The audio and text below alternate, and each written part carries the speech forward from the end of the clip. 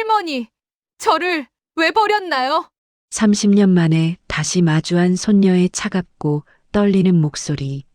저는 그 앞에서 아무 말도 할 수 없었습니다. 30년 전 내가 병원에 버리고 나온 내 손녀. 어떻게 갓 태어난 손녀를 병원에 두고 올 수 있었을까요? 근데 그 손녀가 지금 내 눈앞에 있습니다. 손녀를 버렸던 그날 저는 옳은 선택을 했다고 믿었습니다. 하지만 지금 이 순간 저는 뼈저리게 알게 됩니다. 제가 저지른 것이 선택이 아니라 죄였다는 것을. 모든 것은 그날부터 시작되었습니다. 아들이 그 여자를 처음 데려왔을 때 저는 숨이 막혔습니다. 거실 소파에 단정하게 앉아 고개를 숙인 24살 아이. 어머니 인사드립니다. 떨리는 목소리로 말했지만 저는 대답하지 않았습니다. 찬장 속 접시를 정리하는 척하며 등을 돌렸습니다.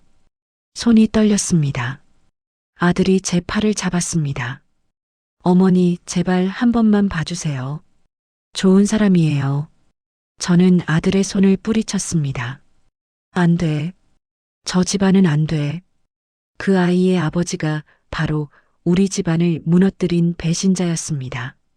25해 전 남편의 작은 공장. 10년을 형제처럼 지낸 동업자가 하루아침에 3억이 넘는 돈을 들고 사라졌습니다. 우리 가족은 지옥으로 떨어졌습니다. 빚쟁이들이 새벽부터 문을 두드렸고 저는 식당 설거지와 새벽 청소를 했습니다. 손은 거칠어지고 허리는 펴지지 않았습니다. 그런데 그 배신자의 딸과 우리 아들이 사랑한다고 했습니다. 결혼식 날 저는 가지 않았습니다. 아들이 울며 매달렸지만 문을 열어주지 않았습니다. 어머니 제발이요. 한 번만 와주세요. 저는 이불을 뒤집어 쓰고 귀를 막았습니다. 그날 저는 처음으로 생각했습니다. 저 아이가 낳을 아이도 절대 인정할 수 없다고. 저 집안 피는 우리 가족이 될 수 없다고. 1년 후 며느리가 임신했다는 소식을 들었습니다. 아들이 전화로 말했습니다. 어머니, 저희 아기 가졌어요. 좋은 소식이죠. 저는 전화기를 꽉 쥔 채 아무 말도 하지 못했습니다. 축하한다는 말이 목구멍까지 올라왔다가 다시 내려갔습니다. 남편이 제 어깨를 두드렸습니다. 여보, 이제 그만 풀어요. 손주 보면 마음 풀릴 거요. 저는 고개를 저었습니다. 아니에요. 불길해요. 그 예감은 틀리지 않았습니다. 출산 예정일보다 한 달 일찍 며느리가 쓰러졌습니다. 새벽 3시 아들 전화. 어머니, 지금 응급실이에요. 애가 너무 위험해요. 병원 복도를 뛰어갔습니다. 의사가 말했습니다. 태반조기 박리로 대량 출혈이 있습니다. 제왕절개 수술을 해야 하는데 지금 당장 1,000만 원 정도 준비하셔야 합니다. 아들의 얼굴에서 핏기가 싹 가셨습니다. 저도 마찬가지였습니다. 우리한테는 없는 돈이었습니다. 아들이 복도를 왔다 갔다 하며 친구들한테 전화를 돌렸지만 새벽 시간이라 받는 사람이 없었습니다. 제 통장 잔액은 150만 원. 터무니없이 부족했습니다. 아들이 갑자기 뛰쳐나갔습니다. 어디 가니? 제가 소리쳤지만 이미 엘리베이터를 타고 내려가고 있었습니다. 1시간 후 경찰관 2명이 복도로 올라왔습니다. 교통사고 환자분 보호자 되십니까? 오토바이 사고였습니다. 제 아들이 돈을 구하러 나갔다가 큰 사고를 당한 것입니다. 저는 비명을 지르며 주저앉았습니다. 복도 끝에서는 며느리 수술실 불이 켜져 있고 다른 쪽에서는 아들이 응급처치를 받고 있었습니다. 새벽 5시 의사가 나왔습니다. 산모는 살렸습니다만 출혈이 너무 심해서 산후 회복이 어려울 것 같습니다. 아기는 미숙아로 인큐베이터에 있습니다. 그리고 다른 의사가 말했습니다. 오토바이 사고 환자분 두개골 골절이 있고 뇌출혈 소견 보입니다. 그날 밤 저는 처음으로 원망했습니다. 저 집안 딸만 아니었어도, 저 아이만 없었어도 우리 아들이 이렇게 되지 않았을 거라고. 일주일 후 며느리가 세상을 떠났습니다. 산후 합병증이었습니다. 아들은 여전히 의식불명 상태였습니다. 저는 영안실 앞에서 멍하니 서 있었습니다.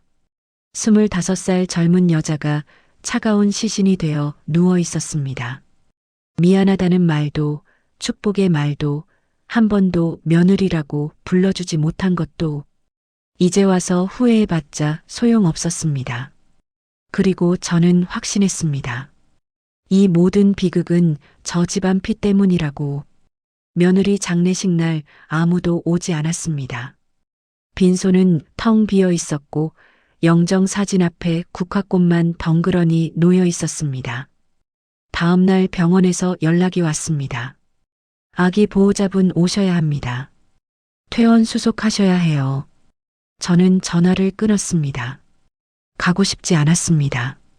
며느리를 닮았을 그 얼굴을 마주하는 것이 두려웠습니다. 남편이 말했습니다. 여보 그래도 우리 손주잖소? 저는 소리쳤습니다. 손주요? 저 아이 때문에 우리 아들이 저렇게 됐잖아요. 사흘째 병원에서 다시 전화가 왔습니다. 보호자분 안 오시면 저희가 조치 취할 수밖에 없습니다. 저는 그날 저녁 병원에 갔습니다. 하지만 신생아실 앞까지만 갔습니다. 유리창 너머로 작은 인큐베이터들이 보였습니다. 간호사가 나와 물었습니다. 김민지 아기 보호자세요? 들어오세요. 하지만 저는 뒤로 물러섰습니다. 죄송하지만 저 못 키워요. 저희 아들이 지금 의식불명이에요. 저는 며느리 친정 전화번호를 건네주고 병원을 나왔습니다. 도망치듯 나왔습니다. 뒤돌아보지 않았습니다. 며칠 후 병원에서 마지막 연락이 왔습니다. 친정 쪽에서 아기 데려갔습니다. 저는 안도했습니다. 끝났다고 생각했습니다. 하지만 가끔 밤에 잠이 깨면 생각났습니다. 그 아이는 지금 어디서 무엇을 하고 있을까? 그럴 때마다 저는 고개를 저었습니다. 내가 왜 그런 생각을 하지? 나는 버린 게 아니야. 받을 이유가 없었을 뿐이야. 스스로를 계속 설득했습니다. 하지만 마음 한구석은 무거웠습니다. 아들은 6개월 만에 깨어났습니다. 하지만 사고 전후 기억 일부가 사라졌습니다. 결혼한 것, 아내가 있었던 것, 아기가 태어났던 것, 모두 희미했습니다. 저는 차라리 다행이라고 생각했습니다. 아들이 그 비극을 기억하지 못한다면 새 삶을 살 수 있을 거라고.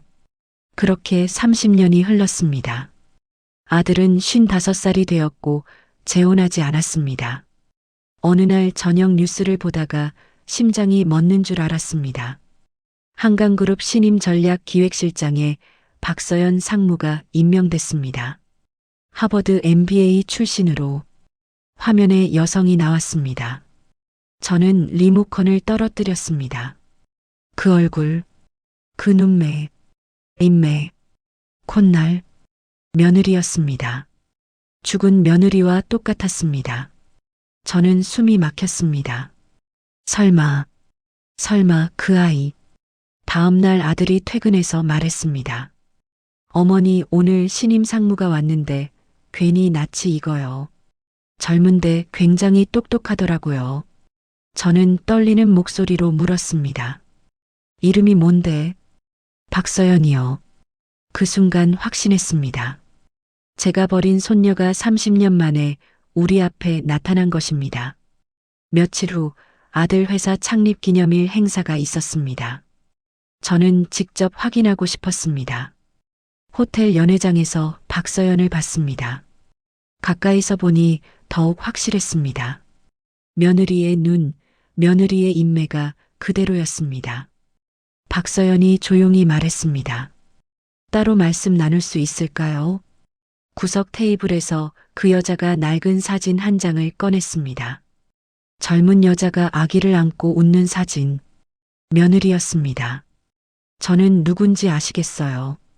박서연이 차갑게 물었습니다. 저는 고개를 숙였습니다. 눈물이 흘렀습니다. 저는 외가에서 자랐습니다. 외할머니가 병원에서 저를 데려갔지만 1년 만에 돌아가셨어요. 그 후 보육원에서 18살까지 자랐습니다. 박서연의 목소리가 떨렸습니다. 왜 저를 버렸나요? 저는 떨리는 입술로 대답했습니다. 미안해. 정말 미안해. 변명할 수 없어.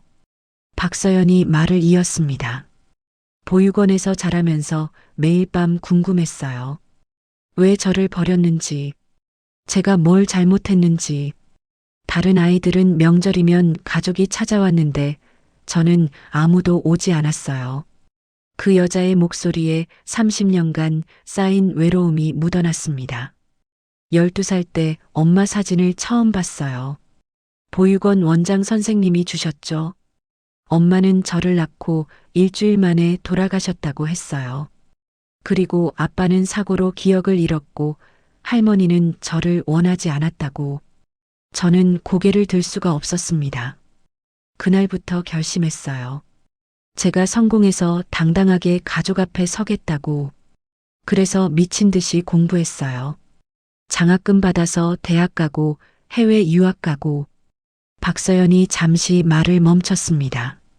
하지만 성공하고 나니 복수하고 싶은 마음보다 그냥 물어보고 싶었어요. 왜 저를 버렸냐고. 저는 떨리는 목소리로 말했습니다. 내 엄마 친정이 우리 집안을 망쳤어. 내 외할아버지가 우리 돈을 들고 도망갔고 우리는 빚더미에 앉았어. 그래서 내 엄마를 미워했어. 결혼도 반대했고. 박서연이 조용히 말했습니다. 알아요. 다 알아요. 외할아버지가 저지른 일. 그것 때문에 외가 식구들도 뿔뿔이 흩어졌어요. 하지만 그게 제 잘못인가요? 갓 태어난 아기가 무슨 죄가 있나요? 저는 대답할 수 없었습니다. 그 여자 말이 맞았습니다. 그때 아들이 다가왔습니다. 어머니 왜 우세요? 그리고 박서연을 봤습니다. 아들의 표정이 굳었습니다. 당신 누구요? 뭔가 떠오르는 듯 했습니다. 박서연이 조용히 대답했습니다. 저는 김민지입니다. 아버지의 딸이에요. 아들이 뒤로 휘청했습니다. 사라졌던 기억이 번개처럼 돌아왔습니다. 아내의 얼굴, 병원 복도, 갓 태어난 아기, 오토바이를 타고 달리던 순간 모든 것이 한꺼번에 쏟아졌습니다. 민지야. 아들이 무릎을 꿇었습니다. 아빠가 미안해. 지켜주지 못해서, 기억조차 하지 못해서. 박서연의 눈에서 눈물이 흘렀습니다. 아빠는 잘못 없어요. 아빠도 피해자예요. 아들이 흐느꼈습니다. 내 엄마는 정말 좋은 사람이었어. 너를 얼마나 보고 싶어 했는데. 그 말에 박서연이 고개를 숙였습니다. 어깨가 떨렸습니다. 저는 그 광경을 보며 깨달았습니다. 제가 빼앗은 것이 얼마나 큰지. 이 아이의 30년을, 아들의 기억을, 며느리의 마지막 소원까지. 저는 박서연 앞에 무릎을 꿇었습니다. 할머니가 잘못했어. 용서해달라는 말은 안 할게. 그럴 자격도 없어. 그냥 미안해. 정말 미안해. 박서연이 한참을 말없이 저를 내려다봤습니다. 그 눈빛에는 원망도 분노도 있었습니다. 하지만 동시에 슬픔도 있었습니다. 한참 후 박서연이 조용히 말했습니다. 용서할 수 있을지 모르겠어요. 솔직히 30년은 너무 긴 시간이에요. 저는 고개를 숙였습니다. 당연했습니다. 하지만요. 박서연이 말을 이었습니다. 엄마라면 용서했을 것 같아요. 엄마는 할머니를 끝까지 어머니라고 불렀다고 들었어요. 결혼식에 안 오셨어도, 인정받지 못했어도 저는 숨이 막혔습니다. 며느리가 그랬다는 걸 몰랐습니다. 그리고 저도 가족이 필요해요. 박서연의 목소리가 떨렸습니다. 30년 동안 혼자였어요. 이제는 아빠도 찾았고 할머니도 만났어요. 미워하면서 살기엔 인생이 너무 아까워요. 박서연이 제 손을 잡았습니다. 천천히 시작해요. 용서는 하루아침에 되는 게 아니니까. 하지만 최소한 가족은 될 수 있잖아요. 저는 그 작은 손을 꽉 잡았습니다. 소리내어 울었습니다. 아들도 우리를 끌어안았습니다. 30년 만에 우리는 다시 가족이 되었습니다. 완전한 용서는 아니었습니다. 하지만 새로운 시작이었습니다. 박서연이 말했습니다. 할머니 다음 주 일요일에 집에 놀러 가도 될까요? 저는 고개를 끄덕였습니다. 그래, 와라. 할머니가 밥 해줄게. 내가 좋아하는 음식이 뭔지 모르지만 하나씩 배워갈게. 박서연이 처음으로 미소 지었습니다. 엄마가 미역국을 좋아했다고 들었어요. 저도 좋아해요. 저는 또 눈물이 났습니다. 며느리가 좋아하던 음식, 한 번도 만들어주지 못한 음식을 이제라도 손녀에게 만들어줄 수 있다는 것이 너무 늦었지만 그래도 감사했습니다. 손녀가 저에게 기회를 줘서 다시 시작할 수 있는 용기를 줘서 이렇게 우리는 천천히 가족이 되어 갔습니다. 함께하지 못했던 지난 30년의 사랑을 채워나가고 있습니다. 이 이야기가 마음에 와닿으셨다면 구독과 좋아요 부탁드립니다. 여러분의 가족 이야기도 언제나 소중합니다. 다음에도 더 깊은 감동으로 찾아뵙겠습니다.